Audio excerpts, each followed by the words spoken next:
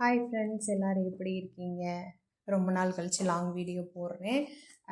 Video ஃபுல்லாக பார்த்துட்டு பிடிச்சிருந்துச்சு அப்படின்னா சப்ஸ்கிரைப் பண்ணிக்கோங்க, சப்போர்ட் பண்ணுங்கள்.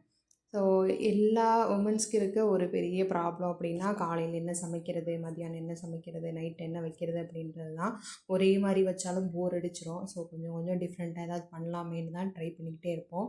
அந்த மாதிரி தான் இன்றைக்கி நான் சாம்பார் வைக்கலாம். பட் பருப்பு இல்லாமல் எப்போயுமே பருப்பு போட்டு தானே வைக்கிறோம், டிஃப்ரெண்ட்டாக வைக்கலான்னு சொல்லி பார்த்தப்போ தான் எனக்கு இந்த வீடியோ ஒன்று பார்த்தேன். ஸோ பொட்டுக்கடலை, சோம்பு அதை மிக்ஸர் ஜாரில் போட்டு நல்லா நைஸாக அரைச்சிட்டு பவுலில் மாற்றிட்டு தேவையான அளவு தண்ணி ஊற்றி நிறையவே ஊற்றிக்கலாம். இதை விட 2 செம்பு நான் ஊற்றினேன்.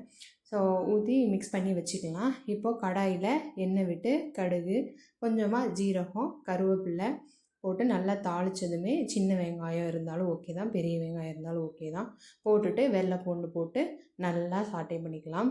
நல்லா வெங்காயம் வதங்கினதுக்கு அப்புறமா நம்ம டொமேட்டோவும் போட்டு நல்லா வதக்கிக்கலாம்.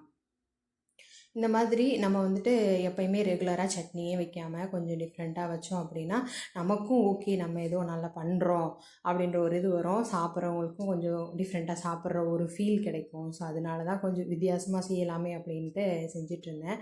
ஸோ தக்காளி எல்லாம் வதங்கினதுக்கப்புறமா கொஞ்சமாக மஞ்சத்தூளும் கொஞ்சம் சாம்பார் பவுடரும் கொஞ்சம் மட்டும் போட்டேன். ஸோ போட்டுட்டு அதை நல்லா வதக்கினதுக்கப்புறமா நம்ம மிக்ஸ் பண்ணி வச்சுருக்க அந்த பொட்டுக்கடலை தண்ணி அப்படியே ஆட் பண்ணிவிட்டு ஒரு 5 to 10 மினிட்ஸ் கிட்ட தான். நல்லா கொதி வந்தோடனே நல்லா கெட்டியாயிரும். ஸோ அதனால் நீங்கள் தாராளமாக தண்ணி ஊற்றிக்கலாம். நம்ம எவ்வளோ தான் தண்ணி ஊற்றினாலும் கடைசியாக அந்த கெட்டி பதத்துக்கு வந்துடும். ஸோ இந்த மாதிரி நல்லா கொதித்து வந்தோடனே மல்லித்தலை இறக்கிடலாம். ஸோ சூப்பர் டேஸ்ட்டில் ஒரு குருமாவே வச்சுக்கலாம். அந்த மாதிரி தான் இருந்தது. சூப்பராக ரெடி ஆயிடுச்சுங்க. நல்லா தலை ஊற்றி நிறையாவே தட்டு நிறைய சாப்பிட்லாம். அது எங்கள் ஹஸ்பண்டுக்கெல்லாம் தொட்டு சாப்பிட்ற பழக்கமே கிடையாது. ஃபுல்லாக ஊற்றி சாப்பிட்றது தான், நல்லா பெசஞ்சு சாப்பிட்ற பழக்கம் தான் உண்டு. அதனால் அவங்களுக்கெல்லாம் இது ரொம்ப யூஸ்ஃபுல்லாக இருக்கும். நல்லா ஊற்றி சாப்பிட்றவங்களுக்கெல்லாம் மறக்காமல் ட்ரை பண்ணுங்கள். வீடியோ பிடிச்சிருந்துச்சி அப்படின்னா லைக் அண்ட்